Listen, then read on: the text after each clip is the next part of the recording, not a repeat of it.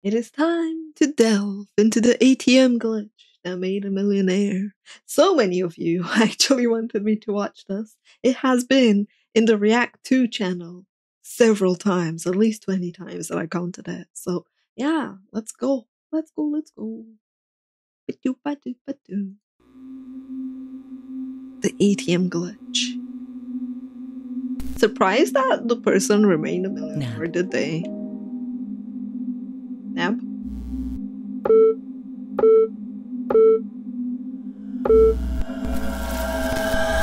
2011, and we're in Australia, a vast land of immense heat, alcohol, and gigantic creatures. More specifically, northeast Victoria, in a city called Wangaratta. Now, two funny trivia facts about Wangaratta. One, it has a population of around 29,740 people, and two, it has a funny name. Well, in the city of Wangaratta is the protagonist of this story, a man named Dan Saunders. And thanks to an unbelievable discovery, Dan's life was about to change forever. But hold on a second. How exactly did we get here?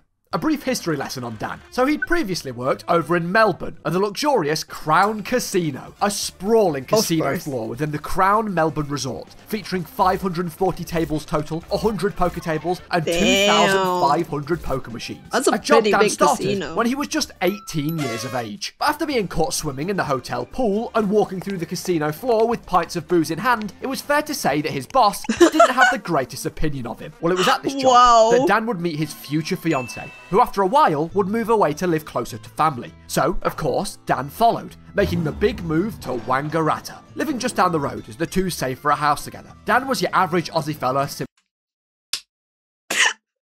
I'm sorry, the name. Wangaratta's like,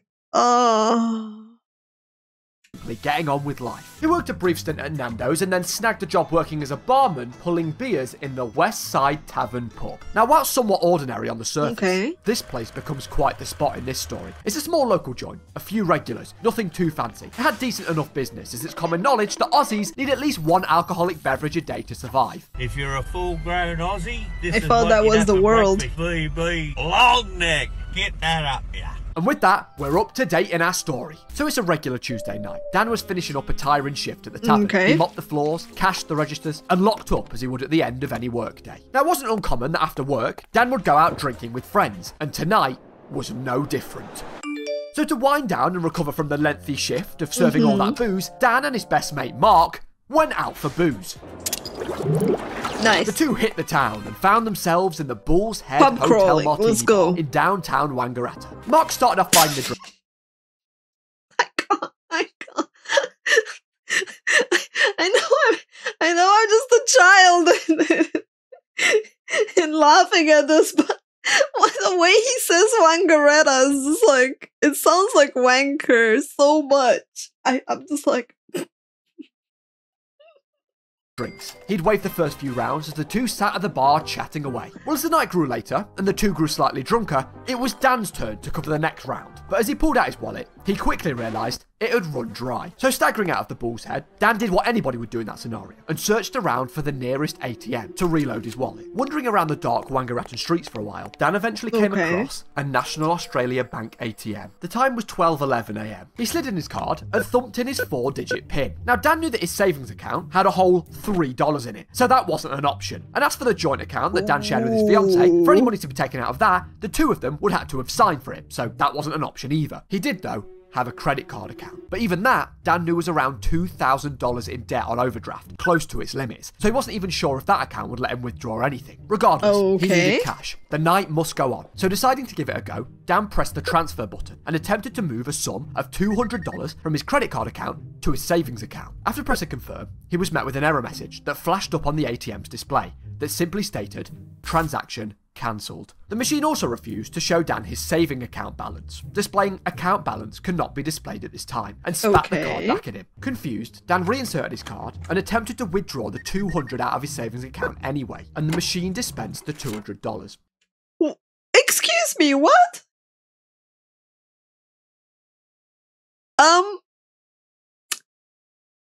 Okay.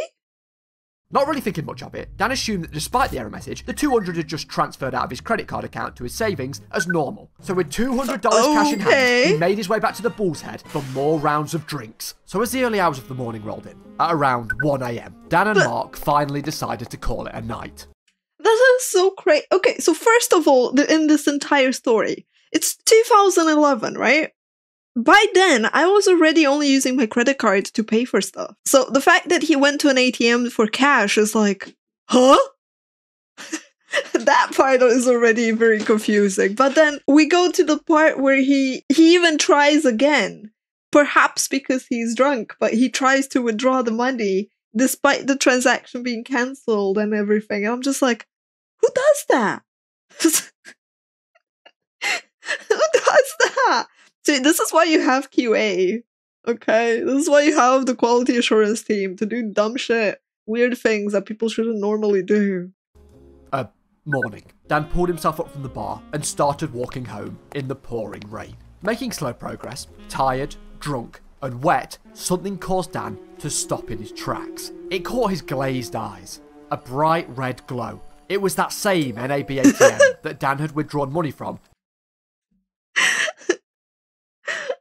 So let me get this straight. NAB is actually a thing. National Australia Bank. You know that NAB is banned backwards?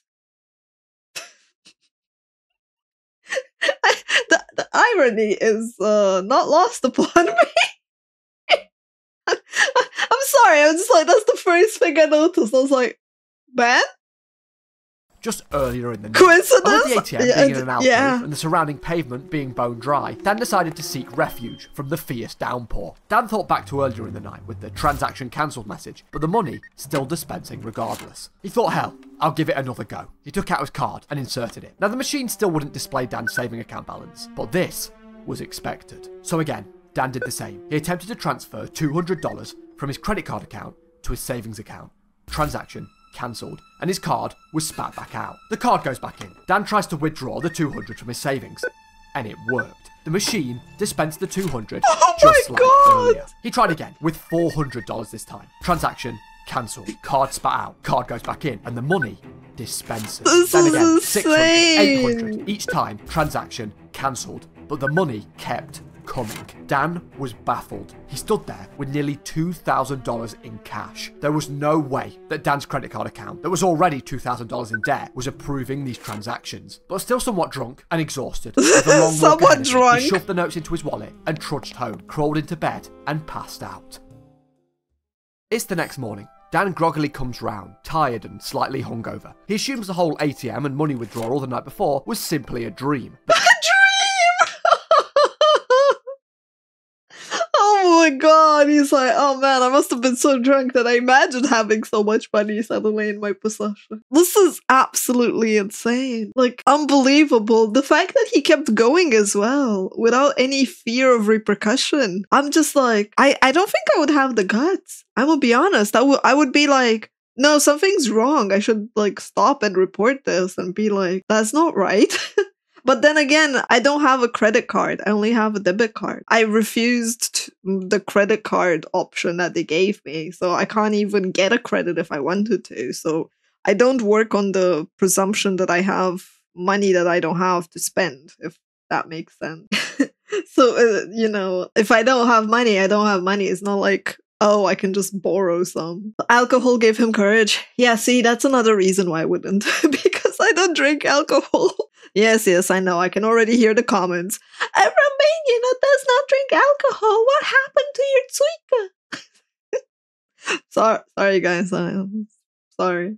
But as he picked up his wallet from his side table, crammed with nearly $2,000 in cash, it became very real. Questions started to swirl around Dan's head, but he quite quickly shrugged them off, assuming he'd just have to simply pay all the money back. So he shoved his wallet in his pocket and headed to the tavern for a 3 PM shift. Well, on the way there, Dan thought to himself, well, rather than just pay it back right away, I guess whilst I've got the cash, I might as well use it, then just simply pay it back at another time. So he did just that. Over the course of the next couple of days, Dan bought a new fridge for his kitchen and numerous rounds of drinks at the bar. And as he stood, looking the guy finds himself with $2,000 that he could technically invest and make back to like pay his credit, and he goes and buys a fridge. Huh? What poor life decisions do you make, man? Just like what?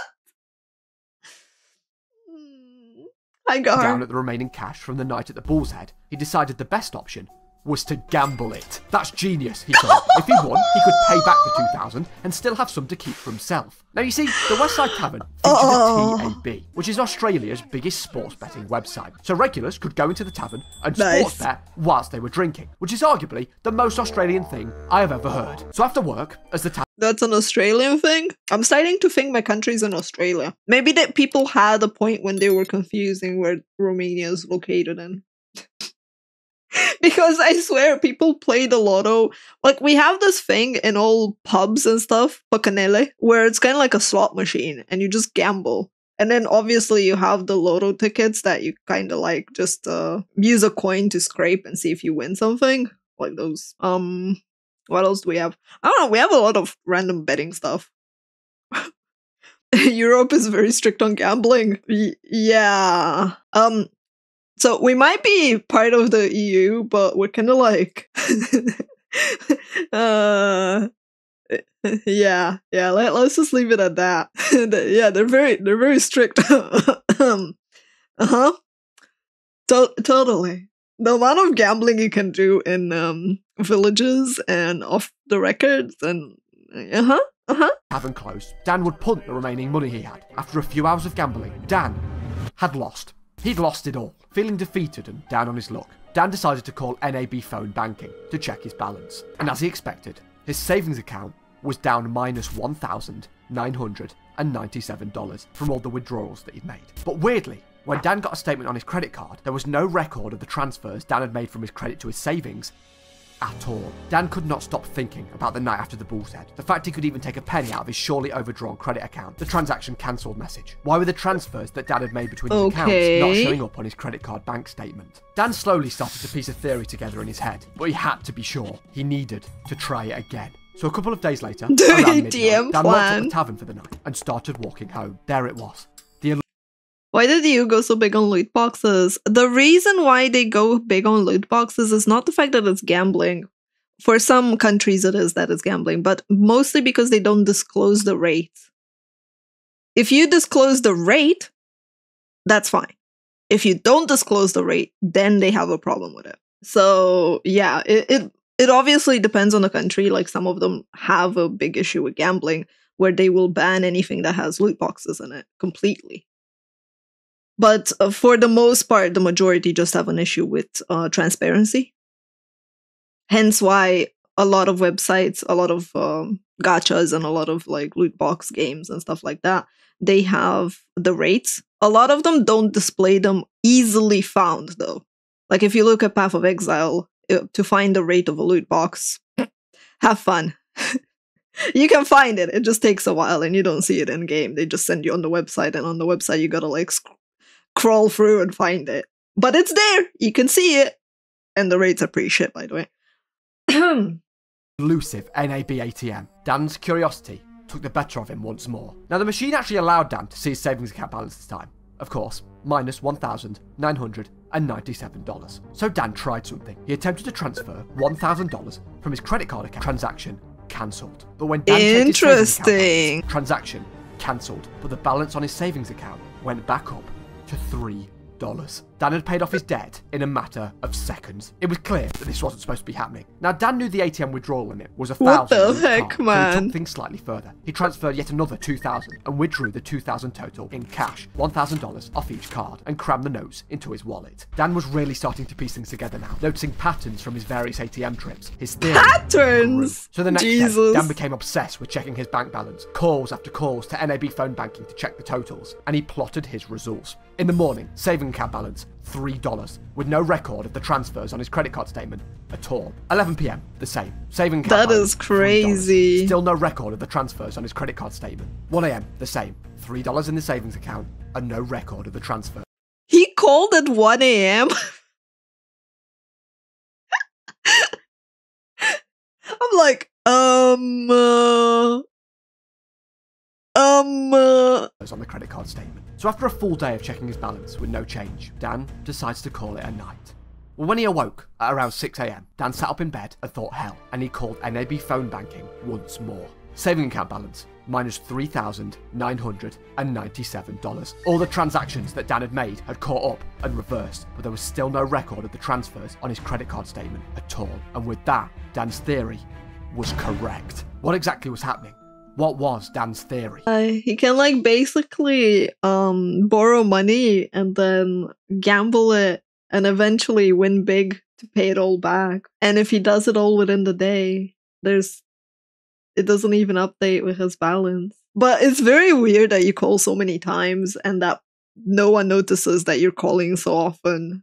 That would raise flags here, I think. Repeated calls to phone banking to check his statements at different times of the day and his numerous trips to the ATM was between 12 and 1 AM. The NAB ATMs would go into a status called standby mode. And whilst in this mode, the NAB banking network would just seemingly disconnect from their ATMs. This meant that in short, the network couldn't actually see Dan's credit card balance and would just auto-approve whatever transfer amount Dan would key in, allowing him to move up to 6 figures at a time from his credit card account to his savings account and spend it as normal. All whilst the ATMs were in this sort of limbo period. And despite the error message, the money would transfer, but these transfers wouldn't show up on Dan's credit card statement. Although, here's the kicker.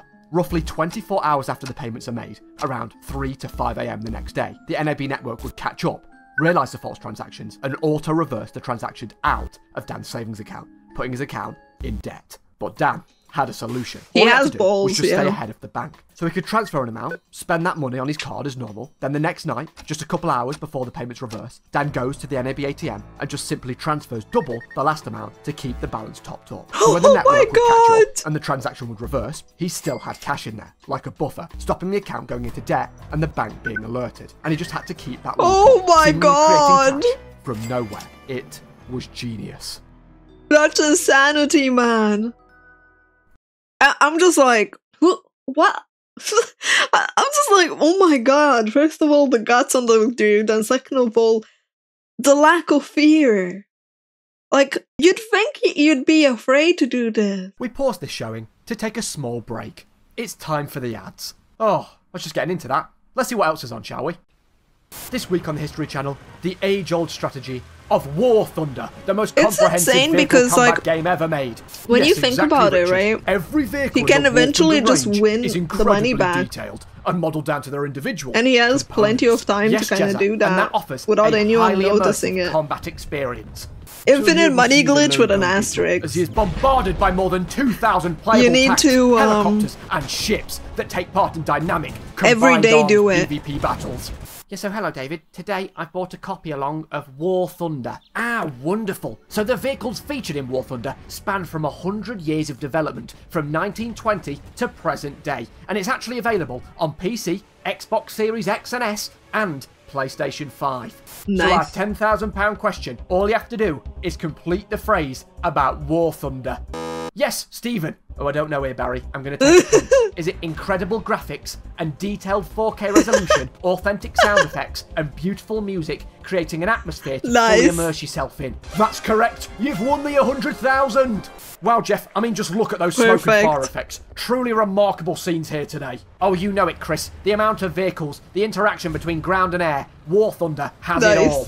So remember, folks, you can use the link in the description to play War Thunder for free on PC, Xbox, and PlayStation. And when you register on PC, you get a free large bonus pack when you use the link in the description, including multiple premium vehicles, premium accounts, boosters, and much more. What are you waiting for?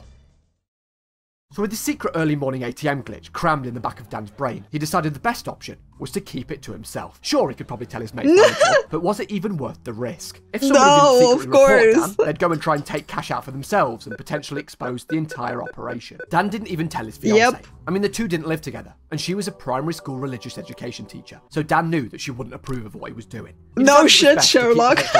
And cover it up, but he needed a plan. He didn't know the full scope of things right now, but he knew he could use the money he was taking out of the ATM to make more money. You see, Dan knew a few horse trainers from an old job, and they'd give him tip-offs on the horses that looked in the best condition for race day. So all Dan had to do was take the cash out of the ATM and place bets on those specific horses, and wait for the money to roll in. But he couldn't do it alone. So one night at the Bull's Head, Dan is out drinking with Mark again, and they meet up with 18-year-old Ivano, along with some regulars from the tavern. Dan is buying every single drink that's coming in, and the group can't help but question Dan on where all the cash had come from. He bats it away and claims that he won big on a bet, and using the money, the group of them could bet on horses and make more cash. So within a few minutes, Dan had built a makeshift gambling posse. The group would even my god, he got his own $10 posse. Dude, this man, he just... The guts. Like, and watching people find them just for the fun of it. So with the team assembled, the plan kicked into motion. Each night, Dan would head out in that 12 to 1 a.m. time slot, order a taxi, and transfer money from his credit card account to his savings account. Over the span of a week, Dan had transferred and spent nearly $20,000. He was buying round after round at the bar. He gave his fiancée $1,000, and then each night, after his shift, the group would be putting bets on horses, using... I love that he gave his fiancée $1,000. Yeah, totally not sus at all. It's like, hey honey, buy yourself something pretty, it's on me. Dan's money. Now, whilst the gang had a few small wins here and there, it was a fast downward spiral. Dan was losing big. One Wednesday night, the Westside Tavern was dead empty. It was just Dan and Mark sat at the bar betting on racing, and Dan was $40,000 in the hole, hopefully trying to win it all back. At points throughout the week, Dan was even using the TAB whilst he was on shift, working behind the bar. And of course, whenever he'd go down, one trip to the ATM during the early hours of the morning, and he was back up again. It was fair to say that this plan that Dan had designed wasn't exactly going smoothly, but things would get far worse. One morning, Dan awoke to a phone call from his boss, Paul, the owner of the Westside Tavern. He told Dan he needed to come into work early and come straight into the office. Well, as Dan stepped through the door, there stood Paul, on a conference call to the TAB executives. They informed Dan that they'd been tracking his spending habits through the TAB system in the tavern. You see, Dan and Mark had gambled more money in a single night than the tavern TAB would pull in an entire month. So understandably, they'd noticed a slight spike on their charts. Dan was instantly fired on the spot and was told he couldn't work anywhere with the TAB for at least a year. Within a morning, Dan had lost his job, but it didn't stop there. The news of Dan's firing spread like wildfire around the tavern. All the regulars were talking about it. And with Wangaratta not being the biggest city, within a couple of hours, Dan's fiancée had heard the news. Damn, his plan derailed so badly. It was like, oh, I can just gamble it. Dun, dun, dun. He's a dipshit. Along with the eye-watering amounts that had left Dan's bank account. She assumed he was performing some illegal activity to obtain the money he was gambling with, so without any chance of explanation, she broke up with him via text. I'm not sure what you're into. I want no part of it. It's done. This hit Dan hard. In the space of a day, he'd lost his job and his fiancée of 4 years. The two were saving for a house together. Seriously? She didn't even hear him out and broke over a text after being 4 years with the man? And saving to move in with him? Maybe it's harsh of me to say this, but Dan, you dodged a bullet, man.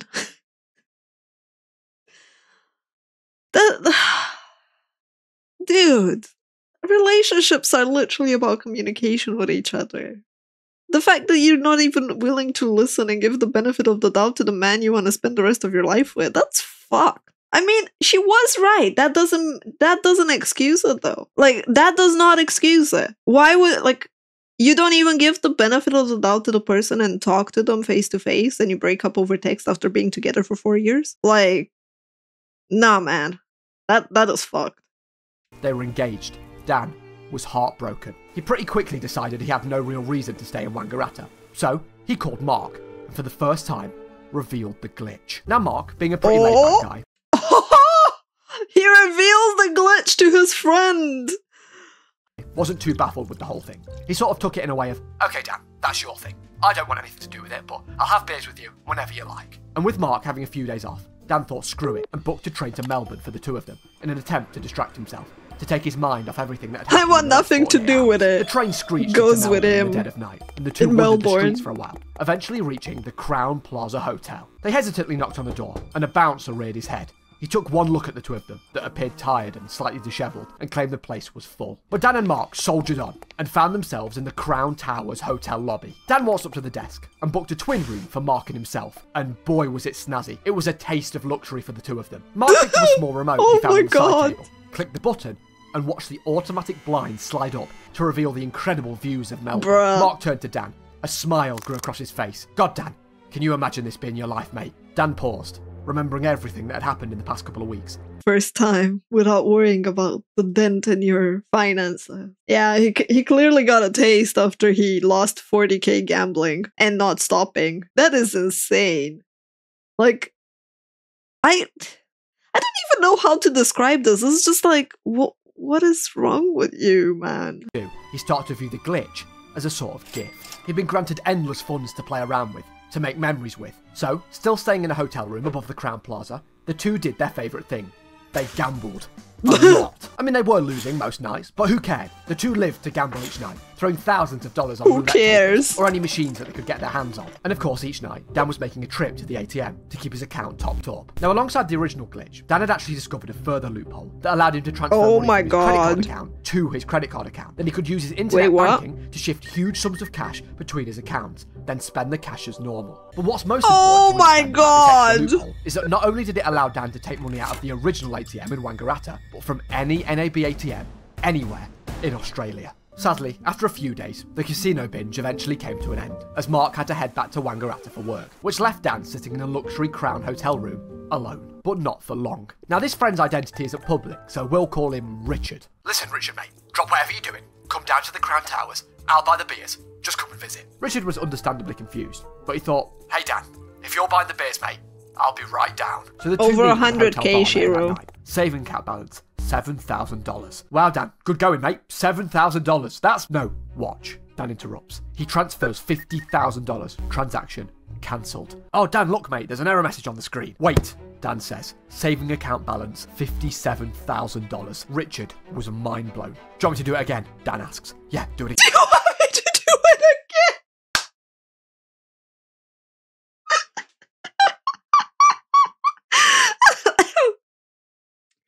Oh my God. Oh, man.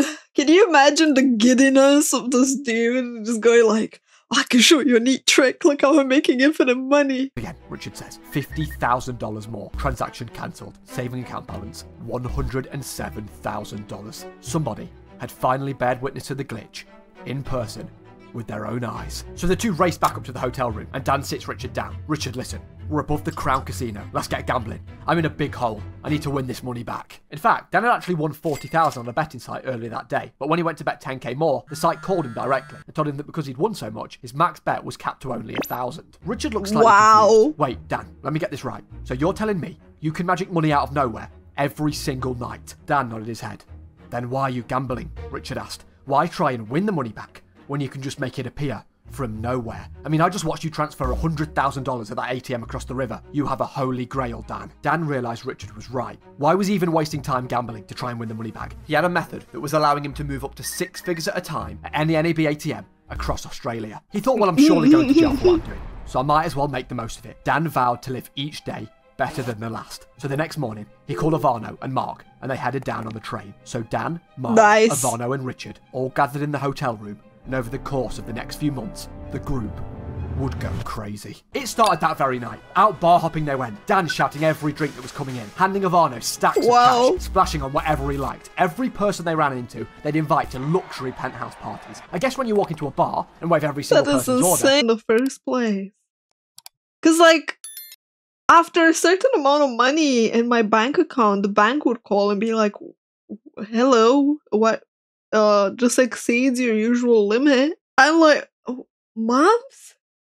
Dan and the group would travel exclusively by pristine stretch limos, walking through designer outlets and clearing them out. Gucci, Prada, Louis Vuitton, buying whatever he or the people he was with wanted. Ironically, Dan became somewhat of a human ATM, handing out cash left, right and centre, but he made sure to put others before himself. He knew he had the power to grant people things that would take them years to get. He'd frequently hand waiters hundreds of dollars in tips, and he paid off all of his friends' student debts in a single day. One of Dan's Oh my God! I mean, don't get me wrong, that's incredibly kind of him to like bless other people, but I'm pretty sure that they're not gonna get to keep that. I think it would be wrong if they did. Dan's lady friends told him about her lifelong dream to fly to France and learn French in a Paris university to become an au pair. So he picked her up, took her shopping for everything she needed, and like that, she was off to France. Or when Dan was alone one day and he came across a busker.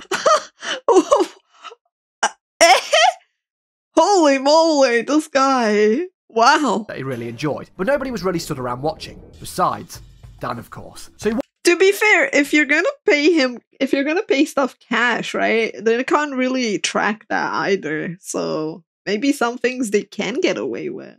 walked into a music store, bought all new gear, and started secretly paying passing bystanders $50 to just stand and watch the busker. It got to the point where the crowd had grown so large, they started to slow down the trams in the street. Random acts of kindness seemed to be Dan's preferred way of spending. He was addicted to it, you could say. It was every single night. Dan was sat having dinner at a teppanyaki grill, and he got speaking to a lovely couple that mentioned they wanted to go on their dream vacation to Hawaii, but couldn't afford it. So they decided to stay in Australia, and planned a trip to Queensland instead. And upon hearing that,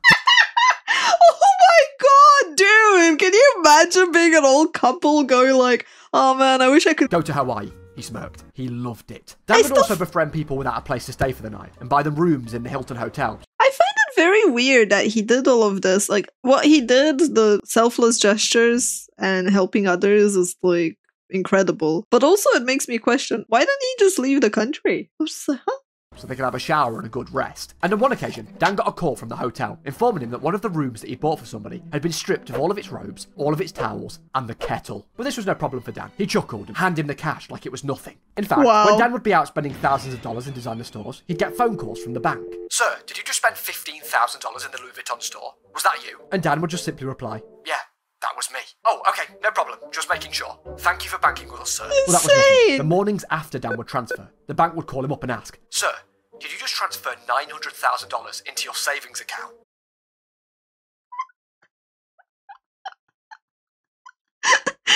How, man? How does he just get away with that? I feel like, must be a glitch. Have a good day. Dan wasn't avoiding the bank by any means. In fact, throughout the entire binge, he spoke to them on the phone around 70 to 100 times. Now, whilst Dan was extremely generous, it wasn't without people trying to exploit him. This is but he could smell when insane. somebody was trying to take the piss. Sure, if he knew something was $400 and somebody asked for $500, that's fine, no problem. And anything for the boys. But Dan wasn't going to let people try and make a fool of him. One girl approached Dan asking if she could have $500 to buy a new dress. Of course, Dan gave her, with no hesitation. Then she came back a second time and asked for more money to buy a pair of shoes. He gave her more. Then she came back a third time. She needed more money for jewellery. So Dan had her locked out of the hotel. Or a similar scenario where two women asked Dan for $1,200 to buy 2 bags of a certain substance. Cocaine.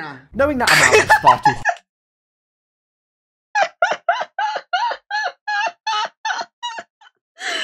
Oh man, I'm just like, what? Why?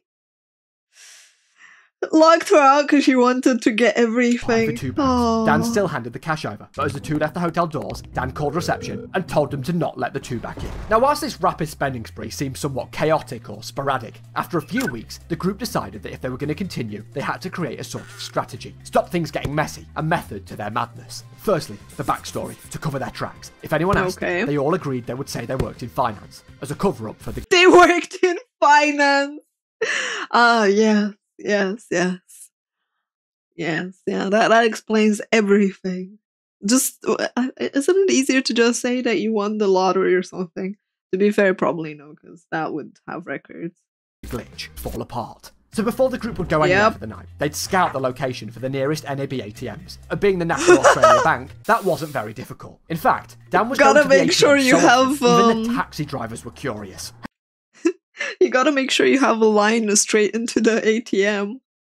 It's like, just make sure you don't miss one night. "Hey mate, how come you keep going downtown at 1 AM every single night?" And Dan would just lie. He'd claim that he was into the stock exchange and he had to transfer cash in the early hours of the morning to invest. Then he'd slip the driver a $50 for a $10 ride and race to the ATM. He did this every single night. Now, Richard's logic was if the group were going to be in expensive, luxurious locations around wealthy individuals, real millionaires, they had to look the part. Makes sense, that's smart.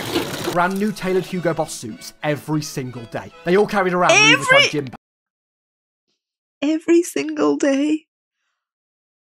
Oh man. It's filled with cash. Yeah, that was Richard's idea. They hired bodyguards, got spray tans, but will outspend you. So with the binge scripture finally laid out, Lovely. it could all fall apart any minute. Dan started embracing the high life. He knew what he was doing was illegal, but he knew if the shoe was on the other foot, the bank would milk it. He felt like he owed the world a service, so the party raged on. Dan rented a minibus, driving around Melbourne, stopping off at hostels, picking up groups of tourists, travellers, backpackers in droves, packing a bus full and taking them to Yarra Valley, where he would host exclusive pool parties for nights on end with free drinks, caterers, and a DJ. He booked a table at Rock Pool Bar and Grill in Melbourne, and after his meal, Dan covered the cost of every single table with cash. Now this attracted attention, and when one of the workers came up to Dan and whispered, "Are you the richest man in Australia?" he thought to himself, "Hell no, I'm not. You've got people like Solomon Lew and a bunch of other minted Aussies." So with this in mind, he looked her dead in the eyes and replied, "No, I'm the 7th richest." He lied. Weaved in with luxury nights and fancy meals, the gang would simply... Oh my god, this is like... I have no words. Like, how did he not get caught for so long? And how was he able to just spend so much money around? And the bank would just be like, whatever, you just transferred 900k into your account. No biggie.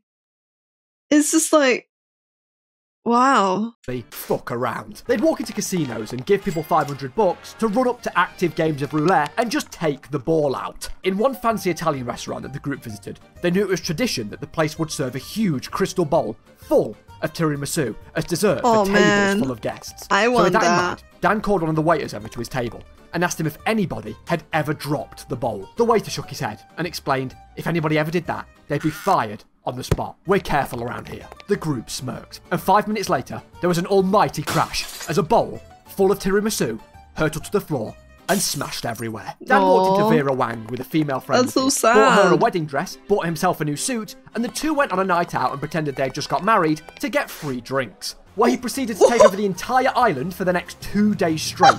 Champagne, caviar, beautiful views. Dan had it all. How? How did he end up being able to go there and not do the bank trick?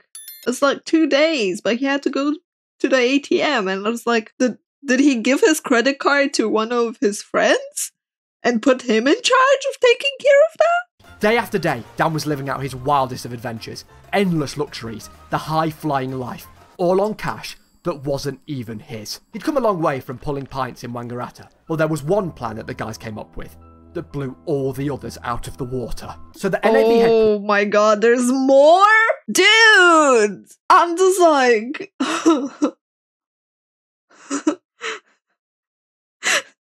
He's not done yet? Headquarters in Melbourne is located here, 800 Bourke Street. And the Watermark Docklands, a regular spot that the gang love to dine at, is located right here, basically next door. Interesting. So one morning, Richard and Dan decided to design a poster. NAB staff party at the Watermark Docklands. Friday, all drinks free. So they printed it out, headed to said NAB headquarters, and placed the poster right at the entrance. A spot where conveniently every single NAB staff member would walk past every single morning. So Seriously? cut to Friday night, the Watermark Docklands is swarming with 400 to 600 NAB staff members. Richard stands on the table Seriously? and makes a toast. The room goes deadly silent. Thank you, everybody, for coming. And thank you, NAB. You really have been good to us and our business this year. This would really not be possible without you. The room erupts into a... Oh my god! Dude, the guys has gotta be insane. This is like... Wow. I mean, he's not wrong. It would not be possible without them, but like... Damn. On the floor of some random hotel Did he penthouse, just forget surrounded by empty one bottles night? and loose cash that he'd partied the previous night in. He'd think to himself, who am I? What do I stand for? Have I pushed the envelope too far? And then he'd head down to the day spa to sweat his hangover out. Dan lived each day not knowing if this would be the day that the whole operation would fall apart. He became paranoid, constantly looking over his shoulder. He was riddled with guilt. One afternoon, Dan drifted into a deep sleep in his hotel bed, and he had a vivid dream of the SWAT team swarming his hotel room. Then he awoke to a knock at the door, convincing himself that the nightmare had personified itself. He opened the door, and it was the housekeeper with towels for the room, which he needed because he was soaked with sweat. Dan had very rapidly developed severe anxiety, suffering from regular attacks, things getting so bad at points, he'd struggle to even stand. He'd have regular heart palpitations, and he developed a severe twitch in his right eye, as the vessels would spasm. The bank would continue to call Dan regularly. Each time, he'd assume it was all over, but they were just checking on him to confirm his payments, yet again. He felt it was finally time. He had to call an end to the whole thing. It was taking such a toll on his mental and physical health by the day that he genuinely thought he was going to die. So he basically was unable to, like, put up with the guilt anymore? That is absolutely interesting and wild, considering all the partying and all he's done so far and everything. Damn. That is not what I expected. I did not expect this to end like that. So Dan, with his eye rapidly twitching, had made his decision. He just stopped. He went cold turkey. No more spending. He called the guys into the hotel room one last time and broke the news that it was all coming to an end. Dan pulled out his laptop, opened internet banking, and told the group that they could transfer any final sum of cash into their personal accounts. And after that, he was done. So as the boys headed back to Wangaratta, for the first night in months, Dan didn't leave the hotel room. He didn't top his account up. He climbed into bed and went to sleep. So with Dan not making his nightly ATM trip to stay ahead of the reverse payments, his savings account had fallen into $1.6 million of debt. So the next morning, with the remaining $80,000 cash in a Hilton laundry bag, he checked into a more affordable hotel nearby, got into his room, and poured the money into the bathtub. There was the last of the cash from the binge, sat right in front of Dan. $80,000. So Dan walked to the nearest NAB branch, dialed the house phone, and raised it to his ear. A man named Bernie answered the call. Dan confessed that there had been some weird transactions on his account, but Bernie was stern. Listen, Mr. Saunders, you aren't getting any more money, and I think you know why. Now, Dan thought two things in his head. Wait, what? One, well, I don't want any more money. And two, yeah, what is actually happening with all of that? Dan asked, and Bernie responded sharply. Well, you're going to jail, Mr. Saunders. It's a police matter now. You've ruined your life. And the call dropped. Now, despite the hostile interaction, Dan had basically just confessed directly to NAB. So now the police smash through Dan's hotel room and smack him in handcuffs. Well, not exactly. A month passed. The remaining $80K had almost run dry. Dan was still $1.6 million in debt, and still, he'd heard nothing. On the bright side, his eye spasms had completely cleared up. So Dan decided it was best to head back to Wangaratta. 3 months had passed. Still, Dan hadn't heard a thing. No police, no NAB, nothing. Well, this went on for 3 years. It's 2014, and Dan is living in Queensland at this point. He had scammed the NAB of $1.6 million, and there wasn't a single consequence. Dan had assumed that the NAB had simply written the debt off, but he just wanted a simple status on that police investigation. He wanted a status on something, bruh! Talk about poking the bear, like... Yeah. That Bernie had mentioned. He wanted closure more than anything. You see, the thing is, whilst Dan knew they hadn't come for him for 3 years, he didn't know if they'd come for him one day. He had visions of growing old with children and the police turning up and arresting him for a glitch that happened back in 2011. Funnily enough, the person that wanted justice the most was Dan himself. Then, he had an idea. If they weren't going to come for him, he was going to go to them. He was going to use the media to out his story publicly and get himself caught. So firstly, Dan contacted the Sydney Morning Herald newspaper and shared his story. They took it on, and a journalist met with Dan. They stuck him in a suit, then in a private jet, and took some flashy photos. What? Dude, the guilt was eating at him so much that he ended up just confessing. Oh, man. That is such a twist that I did not expect out of the story. Like, reported on himself because he didn't want to have that fear of getting thrown into jail hang over his entire life. The story was out there. The glitch, the binge, all of it. This was it. Surely, Danny's done for now. Lock him up and throw away the key. But still, nothing. Nobody. So Dan decides to push it up a notch. He makes an appearance on A Current Affair. On what? This was primetime Australian television, and there was Dan telling his story to millions. Probably looked like a fat white Kanye West, but you know. This was bound to really push the story out there. Dan, except what if no one believed him? Would finally get. Like, maybe the bank doesn't want to admit that they had that glitch. So, like, they can't really admit to the fact that he swindled them out of so much money. So, They can just go like, no, he's just making shit up. Get an answer. What the police were doing this entire time. How the nearly 2-year-long investigation was going. But as Dan sat down that night to watch his story be told on A Current Affair, he heard something he didn't expect for a second. We did, however, speak with him by phone and encourage him to hand himself in. At this stage, he's chosen not to contact police, who now want to arrest him.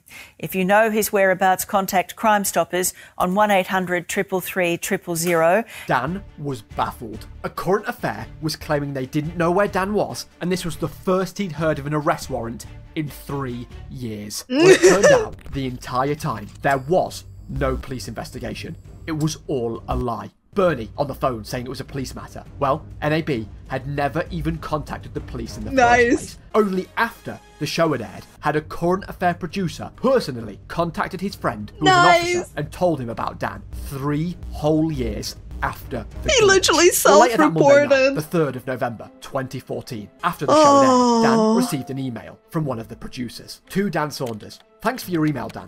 You're a funny bloke and have a way with words. I trust Adam has been in touch to let you know that the story is still running tonight. I hope you like the final product. You're more than welcome to collect the documents and photos whenever you like. I'm out of the office for the next couple of days, but we'll be back here on Thursday. Alternatively, I can have them posted to you. Whichever is easier, just let me know. Alex. Now Dan could see right through this, but wanting it all over with, as Thursday rolled around, Dan turns up to the A Current Affair Channel 9 headquarters. Nice. And seemingly, out of nowhere, a swarm of cameras surround him, and he's arrested on the spot. Now, Dan was pretty unfazed by the whole stick-up operation. Whilst it may have looked like a huge "we got ya" sting of a criminal on the run, Dan had basically been waiting and actively chasing his own arrest for the last 2 years. I have no words for it that. had happened on live television. So at the station, the police took Dan's fingerprints and all of his information, but no officers actually interviewed him. I mean, there never was a police investigation. They just opened one to get an arrest warrant after the Current Affair broadcast and arrested Dan because he'd confessed on TV. It's not like they collected any data or evidence to interrogate Dan on. So after being put in a holding cell for a while, Dan is eventually released on bail. And within that very night, A Current Affair did a news update saying that Dan Saunders, the master criminal, had finally been arrested. So overall, Dan was being charged with 3 charges by the Crown Prosecutor. Charge 1 claims that Dan stole the amount of $80,222 from the National Australia Bank. Charge 2 stated that he owed payments of debts using a National Australia Bank MasterCard, totaling the amount of $146,800.20. And the third charge were further payments of $21,574.92. According to Dan, that is the court so case was a fishy. mess. The judge had no idea what Dan had even done. NAB had only provided a couple of bank statements, and they actually played the heavily edited news broadcast from the Current Affair episode as evidence in the courtroom. Well, in the end, Dan pled guilty to all charges and was sentenced to 12 months in a max security prison and a further 18. 12 months in max security? For that? What? What?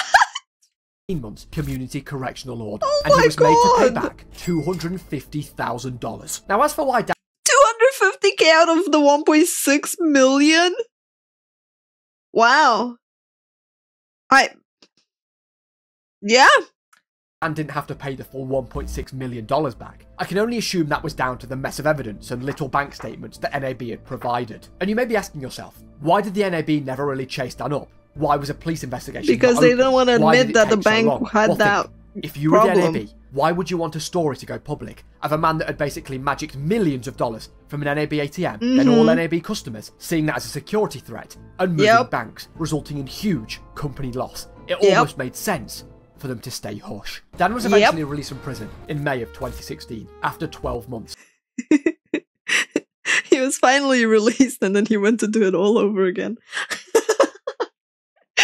Now that would be funny. And he gradually served his additional 18 months of community service. So as of today, Dan lives a calmer, far simpler life. He works as a carer in the day and has a restaurant job that he works at night. Dan is supposedly meant to be paying back the money from the court case, but not much has really been chased up on. Dan claims that's because he doesn't really have much money to give at the moment. Dan is now in the process of writing a book about his story, and is signed on to make a Hollywood movie about the events that unfolded. It's apparently now in pre-production. And I just want to say, if you're going to take anything from this story, please go and listen to the Glitch podcast on Spotify, as well as Willem Powerfish's interview with Dan. They've both been unbelievable resources in the making of this video, and are both linked below. I know I've mentioned a lot Honestly, in this video, but that's there's really so many little funny anecdotes and details that are just great to hear. Dan's stories from prison, things I can't mention on YouTube, and Dan's personality is one of the funniest, most endearing I have ever come across. He really is the life of this whole story. I highly recommend you go and hear it directly from his mouth. I mean, honestly, like, the guy did so much for other people, right? And helped so many other people in their life. And the only reason he was caught was due to his own guilt. And now he's doing pretty well for himself as well. This is a roller coaster of emotion story, man. It's like, not even the bank wants to admit what happened to them. Insane. Absolutely insane story. Thanks to War Thunder for sponsoring It's really the video, cool making this all possible. to Make sure to use the link in the description if you want to give hear game the a try. story It's as well. available on Like, PC, very well Xbox Series edited. X and S, Very and PlayStation. enjoyable. And when you sign up on PC using the link in the description, A you'll have happy end. access to everything you see on screen now. And there's Yeah, you could say so. Giuseppe did a very good job on presenting the story. Like, very, very enjoyable edit, very enjoyable watch. Sounds like a fanfic. A tiny bit, yeah.